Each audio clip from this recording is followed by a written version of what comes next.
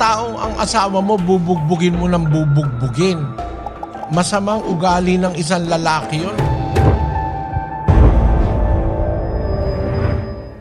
Napakamali sa isang lalaki na yung asawa niya, pati yung kanyang anak ay sinasaktan niya. Palatandaan nyo na hindi ka mahal ng asawa mo, pati ang kanyang mga anak. Kasi kung babasahin natin sa Biblia, 5:28 ng Efeso. Gayon din naman, nararapat ibigin ng mga lalaki ang kani-kaniyang sariling asawa na gaya ng kanilang sariling mga katawan. Ang umiibig sa kaniyang sariling asawa ay umiibig sa kaniyang sarili. Sapagkat walang sino man na napuot kailanman sa kaniyang sariling katawan, kundi kinakandili at minamahal, gaya naman ni Kristo sa iglesia.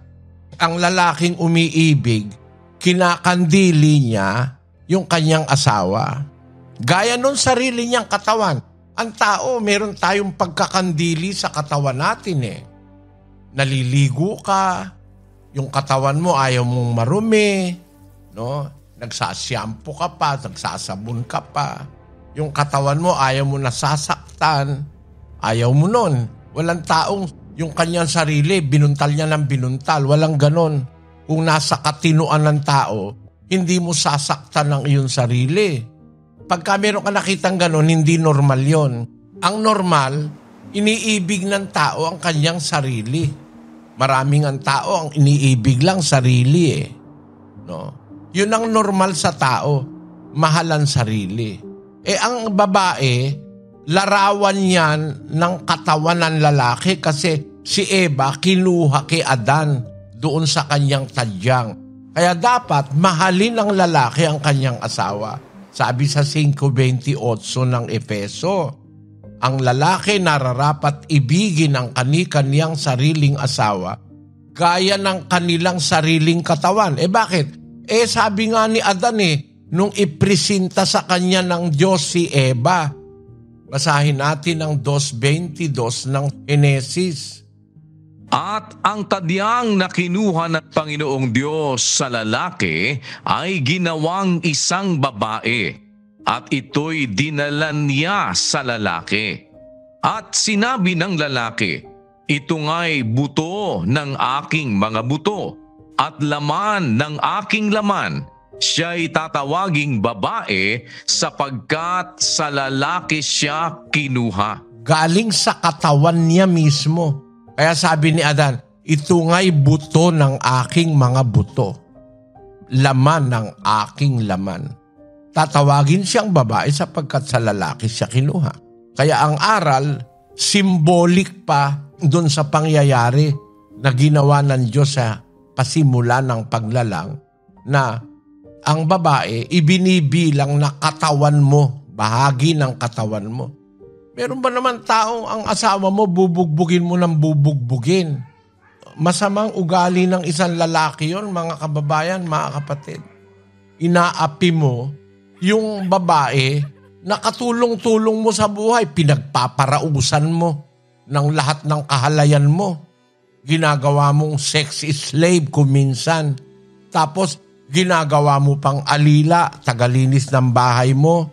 Tapos ginagawa mo pa na tagapag-alaga ng anak mo. No? Ginagawa mo pang labandera. Ginagawa mo pang cook. Lahat na ginagawa ng babae, tapos ang mapapala, susuntukin mo at tatadyakan mo. Napakawalang yan lalaki ng ganyan lalaki. Sa Biblia, yung mga ganyan lalaki, walang pagmamahal yan sa asawa. At lalo na pag pati anak mo, sinasaktan mo na ng todo, hindi naman masama na ang anak paluin para sawayin kung mali. Pero yun bawa, bubugbugin mo na ang anak mo, sasaktan mo na ng sasaktan, masama ng ugali ng isang lalaki yon, mga kababayan. Siguro, ang lahat ng matitinong tao kukomporme sa akin. Lahat ng taong matitino, hindi mo sasaktan ng iyong sarili. Ang asawa mo parang sarili mo ng katawan yan . Kaya bawal yan nasaktan. Ang dapat gawin dyan, ito, sa unang Pedro 3, versikulo 7. Gayon din naman, kayong mga lalaki, magsipamahay kayong kasama ng inyo-inyong asawa, ayon sa pagkakilala, na pakundanganan ang babae na gaya ng marupok na sisidlan. Ang dapat ginagawa ng lalaki, pakundanganan ang babae, gaya ng marupok na sisidlan. Yung salitang pakundanganan, huwag mong saktan ng saktan. Dapat meron kang pag-alalay. May pakundangan ka.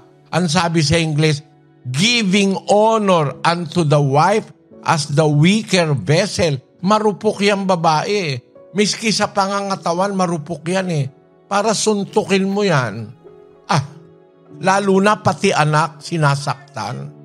Basahin natin ang unang Timoteo 5:8. Datapwat kung ang sino man ay hindi nagkakandili sa mga sariling kanya, lalong-lalo na sa kanyang sariling sangbahayan, ay tumanggi siya sa pananampalataya at lalong masama kaysa hindi sumasampalataya. Masamang tao pala yung hindi nagkakandili sa kanyang sarili, sa anak, sa kanyang sambahayan, sa asawa.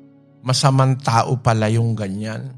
Dapat guided ka ng salita ng Diyos na ang ganyang mga uri ng lalaki, masasamang tao yan ayon sa Biblia.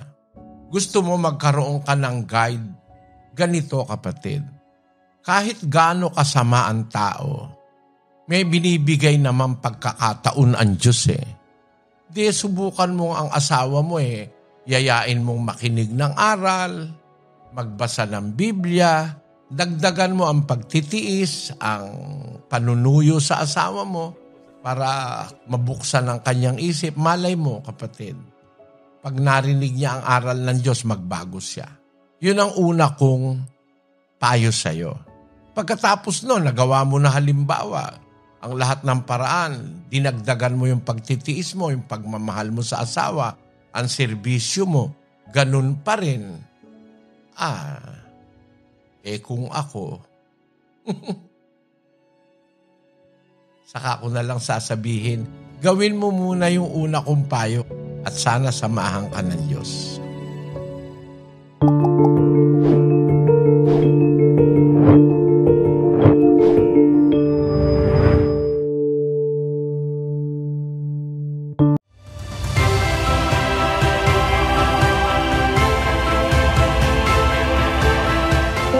Nating dapat awitan ang Diyos.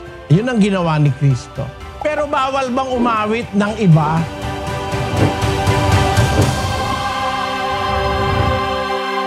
Saan sita sa Biblia na si Satanas musician? Di yata naman ang Diyos pipili ng musician, si Satanas papipiliin. Hindi naman totoo na si Satanas ang musician. Ang original musician ang Diyos. Siya unang-unang umaawit. Kaya nga natuto yung mga anghel, pati yung kanyang anak na Panginoon Kristo, natutong umawit dahil nakita niya sa Ama. Hindi naman kasi gagawin ni Kristo ang anumang hindi niya nakita sa Ama. 5:19 ng Juan. Sumagot nga si Jesus at sinabi sa kanila, "Katotohanan, katotohanang sinasabi ko sa inyo, hindi makagagawa ang anak ng anuman sa kanyang sarili, kundi ang makita niyang gawin ng Ama, sapagkat ang lahat ng mga bagay na kanyang ginagawa ay ang mga ito rin naman ang ginagawa ng anak sa gayon ding paraan." Ang anak, ang ginagawa niya lang, yung mga nakikita niyang ginagawa ng Ama. Kaya ang anak kumakanta o umaawit. Kasi nakita niya ang Ama kumakanta rin. 5:1 ng Isaias. "Paawitin ninyo ako sa aking pinakamamahal ng awit ng aking minamahal tungkol sa kanyang ubasan. Ang aking pinakamamahal ay may ubasan sa isang mainam na burol." Alam mo kung sino yung pinakamamahal ng Diyos? Si Kristo yon. Parang halimbawa, ang isang ama, mahal niya yung anak niya. Pinagkakanta niya, lalabay pa eh. Marami na ako nakitang ama na nagmamahal sa anak. para mapatulog yung anak, ma-please yung anak, kinakantahan yung anak eh. Ganon yung Ama sa langit. Ang pangunahing inaawitan niya yung kanyang pinakamamahal. Alam mo kung sino yon? Basahin natin ang 1:5 ng Efeso hanggang 6. Na tayo'y itinalaga niya ng una pa sa pagkukupkop na tulad sa mga anak sa pamamagitan ni Hesukristo sa ganang Kanya, ayon sa minagaling ng Kaniyang kalooban, sa ikapupuri ng kaluwalhatian ng Kaniyang biyaya na sa atin ay ipinagkaloob na masagana sa minamahal. Ang minamahal dyan ay si Kristo. This is my beloved Son, in whom I am well pleased. Hear ye Him. Kaya ang beloved sa Biblia ay si Kristo.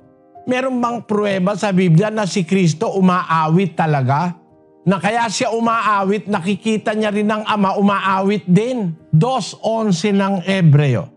Sapagkat ang nagpapaging banal at ang mga pinapaging banal ay pawang sa isa, na dahil dito'y hindi siya nahihiyang tawagin silang mga kapatid, na sinasabi, ibabalita ko ang iyong pangalan sa aking mga kapatid. Sa gitna ng kapisanan ay aawitin ko ang kapurihan mo. Aawit si Kristo ng kapurihan ng Ama habang ibinabalita niya ang pangalan niya sa gitna ng kanyang kapatid.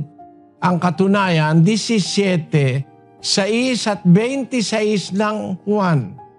Ipinahayag ko ang iyong pangalan sa mga tao na ibinigay mo sa akin mula sa sanglibutan. Sila'y iyo at sila'y ibinigay mo sa akin at tinupad nila ang iyong salita. At ipinakilala ko sa kanila ang iyong pangalan at ipakikilala ko upang ang pag-ibig na sa akin ay iniibig mo ay mapa sa kanila at ako'y sa kanila. Kaya nga ayon sa Biblia, sa piling ng mga apostol, umaawit si Kristo ng doxolohiya, ng imno. Imno ang kahulugan, pag-awit ng papuri sa Diyos. Basahin natin ang 26 ni Mateo. Datapwat sinasabi ko sa inyo na buhat ngayon ay hindi na ako iinom nitong bunga ng ubas hanggang sa araw na yaon na inumin kong panibago na mga kasalo ko kayo sa kaharian ng aking Ama. At pagkaawit nila ng isang imno ay nagsiparoon sila sa bundok ng mga olivo. Nag-awitan sila ng isang imno. Kaya si Kristo umaawit kasama mga apostol. Maliwanag sa Biblia ang Kristo umaawit. Kaya siya umaawit din kasi ang Ama. Hindi niya gagawin kundi niya nakita sa Ama. Sabi niya doon sa Juan 5:19. Ang pag-awit, itinuro yan sa mga kapatid sa iglesia. Sa 3 ng Kolosas, versikulo 16. Manahanawang sagana sa inyo ang salita ni Kristo ayon sa buong karunungan. Kayo'y mangagturuan at mangagpaalalahanan sa isa't isa sa pamamagitan ng mga salmo at ng mga imno at mga awit na ukol sa Espiritu, na magsiawit kayong may biyaya sa inyong puso sa Diyos. Unang-una nating dapat awitan ang Diyos. Yun ang ginawa ni Kristo. Pero bawal bang umawit ng iba? Masama ka bang umawit? Halimbawa, meron ka minamahal. Pilipino ka. Magpapahayag ka, di mo maipahayag. Kumuha ka ng gitara, tapatan mo, bintana, at saka ka umawit. Si Solomon, nagharana rin. Basahin natin ang awit ni Solomon. Inawitan niya ba yung kanyang minamahal? Umawit siya ng awit para sa Diyos.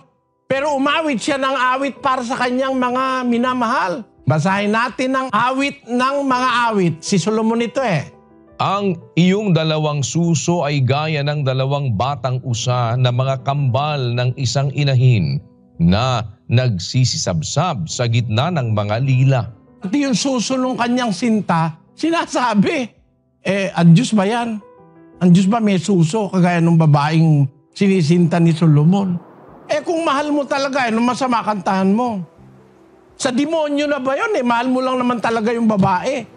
May pinagtitibay mo nga yung pag-ibig niyong dalawa dahil yun ang gusto ng Diyos na magmamahalang kayo hanggang sa kamatayan, until death do you part. Tapos kakanta ka ng ayon sa kalooban ng Diyos na mahal mo yung asawa mo, wala ka ng iba. Sa demonyo ba yun? Nangangako ka lang na mamahalin mo yung asawa mo hanggang matanda na kayo. Siya lang ang mahal mo, wala nang iba. Masama ba yun? Hindi nga masama yun eh. Tama nga yun eh. Kinantahan mo ba naman yung nanay mo? Sa demonyo ka na. Kinantahan mo yung tatay mo. Paano naging sa demonyong kinantahan mo yung tatay mo? O kaya kumanta ka ng isang kanta ng pagiging tapat sa asawa o sa kasintahan. Kahit na yan, ginawa ng kahit sino pa, hindi naman mali ang sinasabi, naman masama kung sabihin mo, ako ay Pilipino. Ako ay Pilipino. Taas noo kahit kanino. Ang Pilipino ay ako. Masamang kantahin mo yan. Sa demonyo ba yon? Kaya napakamaling aral niyang sasabihin mo pag kumanta ka ng kanta ng tagalabas, mali na sa demonyo na hindi totoo yun. Meron pa ngang kanta nagbibigay pa ng pag-asa sa mag-asawa Yung kantang How Soon, inasa Biblia yun May reconciliation na ang nagkahiwalay ng mag-asawa, sana magkaroon ng reconciliation. Nasa 7:11 yun ng Korinto. Inilagay ngayon sa kanta. Hindi masamang kumanta. Lalo na kung ang kakantahin mo, hindi naman kanta ng pagtataksil. Hindi naman kanta ng kawalangyaan, kagaya nung ginagawa ng iba. Ang kanta mahahalay na kanta. Pero kung ang kanta, kanta ng pagmamahal, pagmamahal sa magulang, pagmamahal sa anak, lalabay, pagmamahal sa kasintahan, pagmamahal sa asawa. Merong kanta nagtuturo ng maganda kahit na yan ay hindi kanta sa iglesia at hindi kanta sa Diyos. May mga kantang nagtuturo ng katapatan, nagtuturo ng paggalang sa magulang. May kanta na nagtuturo ng pagmamahal sa asawa, anak, kamag-anak, kapatid, pati sa bansa. Ang payo ko lang sa iyo, kapatid, huwag kang kakanta ng mga kantang antikristo. Yung mga kantang may blasphemy. Mag-ingat ka lang. Pero kung kinakanta mo naman ukol sa pagmamahal ng lalaki sa babae, asawa sa asawa, kasintahan sa kasintahan, pananatiling tapat, ano naman masama ron? Ang tao hindi masamang kumanta kung hindi naman laban sa Diyos. Lalo na kung nakautos yun sa utos ng Diyos na mahalin mo yung asawa sa pagmamahal mo. Utos ng Diyos yun, 5:25 ng Epeso Mga lalaki, ibigin ninyo ang inyo-inyong asawa gaya naman ni Kristo na umibig sa iglesia at ibinigay ang kaniyang sarili dahil sa kaniya. Singing is an expression of love. Kasama na sa pagmamahal ang kuminsan kantahan mo yung minamahal mo. Sana maliwanagan yung mga tao na pag nakarinig na ng kanta ng hindi sa kanilang iglesia, parang nandidiri na. Si Apostol Pablo nga, pati yung mga poetry ng ibang bansa, ginagamit niya Nung magsalita si San Pablo sa gitna ng Areopago, dun sa mga Grego na sumasamba sa mga Diyos-Diyusan, dun sa Gresya. Ang sabi ni Pablo sa 17:28 ng Gawa, sapagkat sa kanya tayo'y nangabubuhay at nagsisikilos at mayroon tayong pagkatao na gaya naman ang sinabi ng ilan sa inyong sariling mga manunula sapagkat tayo na may sa kanyang lahi. Sinasite ni Pablo ang sinabi ng mga manunula ng Greece. It is a part of the poetry of Greece. In Him we live and move and have our being, as certain also of your own poets have said. Yung poem created by Greek poets, sinabi at isinite ni Apostol Pablo. Sa demonyo ba si Pablo noon? Tama naman yung sinabi na sa Diyos tayo nabubuhay, nakakakilos tayo dahil sa Kanya, at meron tayong pagkatao dahil siya lumalang sa atin. Masama bang sabihin yon? Kaya ang sabi ni Pablo doon sa 17, nung makarating siya sa Greece, ang sabi niya sa 22, At tumindig si Pablo sa gitna ng Areopago at sinabi, "Kayong mga lalaking taga-Atenas, sa lahat ng mga bagay ay napapansin kong kayo'y lubhang relihiyoso, sapagkat sa aking pagdaraan at sa pagmamasid ng mga bagay na inyong sinasamba, ay nakasumpong din naman ako ng isang dambana na may sulat na ganito, sa isang Diyos na hindi kilala. Yaon ngang inyong sinasamba sa hindi pagkakilala, siya ang sa inyo'y ibinabalita ko." Naglalakad siya doon sa Gresya, nakita niya isang dambana, isang altar. May naka-dedicate na salita, dedicated to an unknown God, sa isang Diyos na di kilala. Yung Diyos na yon na sinasamba nyo na hindi nyo kilala, siya ngayon ang ipinakikilala at ibinabalita ko sa inyo. Ginagamit niya yung poesya ng mga Gresya. Kanta pa hindi gamitin ni Pablo. Kaya ako, pagka ang kanta, kapupulutan ng mabuting aral, pinag-aaralan ko yung kante. Wala nga lang akong magandang boses, pero kung maganda boses ko, talagang aaliwin ko kayo sa kakakanta. Hindi masama yung kanta, lalo na kung nagtuturo ng mabuting bagay. Kahit kanta, kahit tula, ano naman ang masama nun? Sabi ni Rizal, ang hindi magmahal sa sariling wika, mahigit sa hayop at malansang isda. Tama naman yun eh. Kahit na Pilipino ka, nilalait ng buong mundo, hindi ko kinahihiya ang aking lingwahe rito sa Brazil. At marami ng Brazilian marunong ng Pilipino. Kumakanta na nga sila ng Filipino song eh. Kaya masasabi ko, let us be proud to be Filipinos and let us not be ashamed of using our language. Kaya dito sa Brazil, ang maraming Portuguese kung magsalita ngayon, salamat po sa Diyos.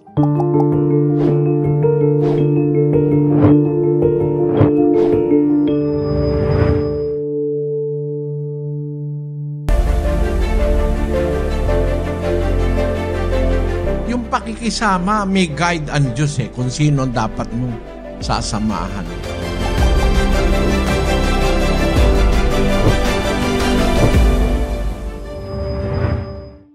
Hindi nga dapat sumama dun sa mga masasamang kasama Nandoon sa unang Korinto, Kapitulo 15, versikulo 33. Basahin natin. Huwag kayong padaya. Ang masasamang kasama ay sumisira ng magagandang ugali. Destroyer yung mga yan Ang sisirain niyan, yung magandang ugali. Halimbawa, pinalaki ka ng magulang mo, tinuruan ka ng magandang ugali. Pag nabarkada ka at ang nakasama mong barkada masasama, yung naiturong magandang ugali sa'yo sa inyong tahanan, sisirain ng barkada yon. Ang masasamang kasama, sumisira ng magagandang ugali, sabi ng salita ng Diyos. Kaya pagka magkakaroon ka ng kasama, mga kaibigan, mga makabarkadang tinatawag, ito ang payo ng Diyos sa isang talata ng Kawikaan. Umpisa natin sa Gis. Anak ko, kung ikaw ay hikayati ng mga makasalanan, huwag mong tulutan. Kung kanilang sabihin, sumama ka sa amin, tayo'y magsibakay sa pagbububo ng dugo. Tayo'y magkubli ng silo na walang anumang kadahilanan sa walang sala. Yung pakikisama, may guide ang Diyos kung sino dapat mong sasamahan Sabi nga nung Kawikaang English, birds of the same feather flock together. Sabi ng Diyos, anak ko, kung ikaw ay sa Diyos, kung ikaw ay hikayatin ng mga makasalanan, huwag mong tutulutan, huwag kang papayag. Pagka sinabi nila, umatay tayo ng tao, magbubu tayo ng dugo. Tayo magkubli ng silo na walang anumang kadahilanan. Ganyan ang ginagawa ngayon ng mga walang magawa sa buhay Lalabas sa kalye, papatay, no? Merong itatanim na bomba o kaya merong parang madudulas yung sasakyan para yung tao mapahamak. Lalagyan yung highway ng langis. Wala namang ginawang masama sa iyo yung kapwa mo. Magpaplano ka ng masama. Ganyan, may mga taong ganyan Tapos, dun sa susunod na talata, tayo'y makakasumpong ng lahat ng mahalagang pag-aari. Ating pupunuin ang ating mga bahay ng samsam. 14. Ikaw ay makipagsapalaran sa amin. O sugal tayo, sugal. Pag niyayaya ka magsugal, magkakaroon tayong lahat ng isang supot. Ano sabi ng Diyos? Anak ko, huwag kang lumakad sa daan na kasama nila. Pigiliin mo ang iyong mga paa sa kanilang landas. Meron talagang ganyang mga kasama. Kaya palagay mo na suplado ka. Ayaw mong ikaw maging masama ang ugaling kagaya nila . Pero kung ang layunin mo ng pakikisama, kapatid, para sila madala mo sa Diyos, maturuan mo sila ng aral, okay lang yon. Ganun ang ginawa ng mga apostol nung una. Nakikisama sila sa mga tao kahit mga gumagawa ng masama. Pero hindi para sila mahawahan, kundi para sila ang makahikayat ng tao. 9:20 ng unang Korinto. Kapatid na Daniel, tuloy-tuloy mo. At sa mga Hudyo, ako'y nag-aring tulad sa Hudyo, upang mahikayat ko ang mga Hudyo. Sa mga nasa ilalim ng kautusan, ay gaya ng nasa ilalim ng kautusan, bagaman wala ako sa ilalim ng kautusan, upang mahikayat ang mga nasa ilalim ng kautusan. Sa mga walang kautusan ay tulad sa walang kautusan, bagamat hindi ako walang kautusan sa Diyos, kundi nasa ilalim ng kautusan ni Kristo, upang mahikayat ko ang mga walang kautusan. Sa mga mahihina, ako'y nag-aring mahina, upang mahikayat ko ang mahihina.